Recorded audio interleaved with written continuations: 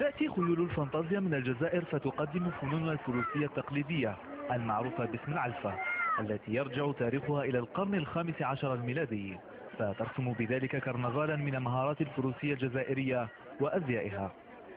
تشهد هذه الفقرة من وحي تاريخ الحياة البدوية الممتد عبر العصور، فيجتمع الفرسان في صف واحد ويدوي البارود في ساحاته بطلقة واحدة رمزا لتوحد قلوبهم.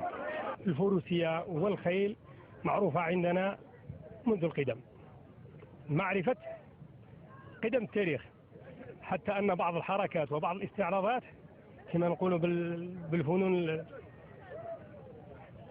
الفروسية مد زاوية، كلمة زاوية نسبة إلى سيد شيخ، وما زالت منذ القدم وإلى يومنا هذا ما زالت هذه الهواية وهذه الرياضة وهذا الصرح التقليدي العظيم متوارث، ونحافظ عليه قدر الاستطاعة وقدر الإمكان، ونورثه للأبناء والأبناء يورثونه للأبناء، وهكذا إلى أن يرث الله الأرض من عليه.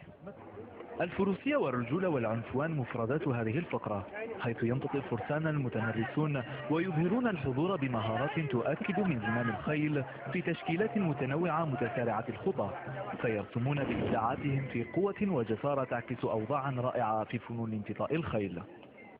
تبكي عيني بصبها ما تصحشيه وكي تتفكر يا ابن الحزبان.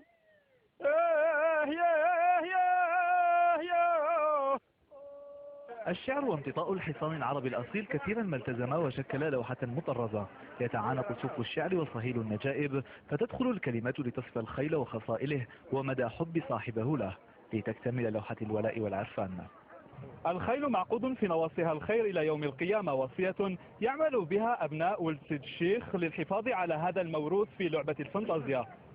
جمال العريبي لأخبار الآن من أقصى الجنوب الجزائري بشار.